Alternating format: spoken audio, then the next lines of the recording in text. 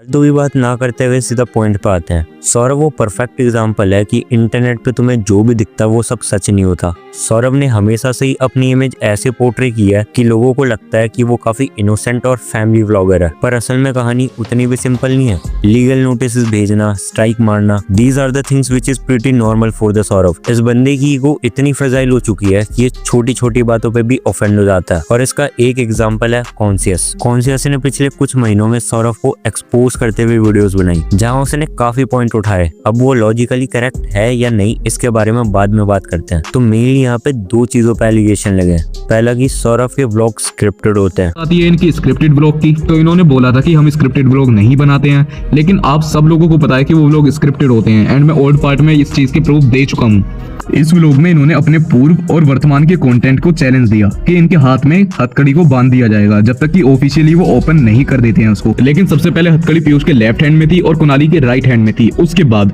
पीयूष के right hand में, कुणाली के लेफ्ट हैंड में, फिर दोनों के राइट हैंड में, फिर दोनों के लेफ्ट हैंड में, उसके बाद दोनों के राइट हैंड में, फिर पीयूष के लेफ्ट हैंड में आई, कुणाली के राइट हैंड में आई, फिर दोनों के लेफ्ट हैंड में आ गई, फिर पीयूष के लेफ्ट हैंड में और कुणाली के राइट हैंड में आई।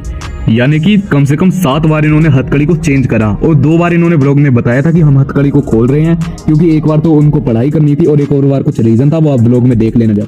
और दूसरा ये कि सौरभ वीगनिज्म का ढोल पीटता रहता है पर वो खुद नॉनवेज खाता है। तो इनसे मैंने क्वेश्चन पूछा था कि जो आप नूडल खाते हो उसमें चिकन नहीं होता, तो उन्होंने बोला कि जो मैं नूडल्स खाता हूँ वो फ्लेवर वाले होते हैं। अब यहाँ पे एक चीज सोचने वाली है कि अगर ये फ्लेवर वाले नूडल्स को खाते तो अपने ब्लॉग में दिखा सकते थे कि गाइस हम ये चिकन नूडल्स खाते हैं जो कि फ्लेवर वाले होते हैं, क्योंकि अगर वो फ्लेवर है, आर्टिफिशियल फ्लेवर है, तो बिल्कुल 100% फिर वेजिटेरियन होगा। तो ये तो ठहरे प्योर वेजिटेरियन, ये उसको ही खाते होंगे ना। जब इन्होंने ये चीज बोली तो मैंने इनको पूछा था कि ये जो इनके बेड पे नूडल रखा हुआ है, क्या उसके अंदर चिकन के पीस नहीं है? तो इन्होंने बोला पीस तो किसी के अंदर नहीं थे।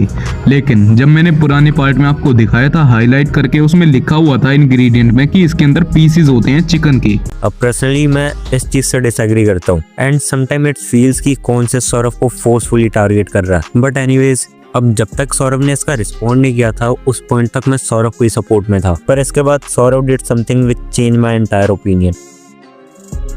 सौरभ ने कॉन्शियस को लीगल नोटिस भेजे, उसे थ्रेटन किया, पर्सनल डीएम्स किए, लेकिन जब इसके बाद भी कॉन्शियस ने वीडियोस नहीं हटाई तो सौरभ ने उसकी वीडियोस पे स्ट्राइक मार दी। पिछले कुछ दिनों में मेरे साथ काफी कुछ हुआ, जैसे लीगल नोटिस आना, 3 वीडियो पर स्ट्राइक आना और सौरभ जोशी की साइड से रेगुलर धमकी आना। अब थैंकफुली यूट्यूब ने फेयर यूज के अंदर उसकी वीडियोस तो नहीं हटाई, लेकिन यूट्यूब ने सौरभ की भेजी हुई मेल की कॉपी कॉन्शियस को फॉरवर्ड कर दी, और इसमें तुम क्लियरली देख सकते हो कि यहाँ सौरभ ने क्या लिखा है। इसमें बार बार यही मेंशन है कि ये बंदा मेरे नाम पे व्यूज ले रहा है और इसके वीडियोस को हटाओ। अब कॉन्शियस ने जो पॉइंट्स उठाए हैं कुछ स्ट्रॉन्ग है, कुछ डिबेटेबल है।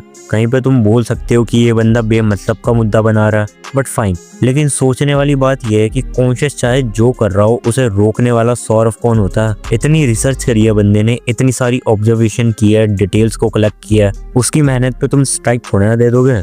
तुम इतने बड़े यूट्यूबर होने के बाद एक फिलो क्रिएटर को ये एक्यूज कर रहे हो कि वो तुम्हारे नाम पे व्यूज ले रहा। इस लॉजिक से तो तुम्हारे ऊपर जितनी भी वीडियोस बनी है वो इलीगल होनी चाहिए, और अगर तुम्हें लगता है कि वो गलत है तो सिंपली क्लैरिफिकेशन दो ना, या तो फिर इग्नोर करो और आगे बढ़ो। बट इंस्टेड तुम उसे लीगली थ्रेट करते हो। That's not the action of innocent creator. अगर तुम्हें सच में लगता है कि कॉन्शियस तुम्हारे नाम पे व्यूज ले रहा तो तुम उन वीडियोस को पब्लिकली रहने दो। Let the audience decide who is right and who is wrong.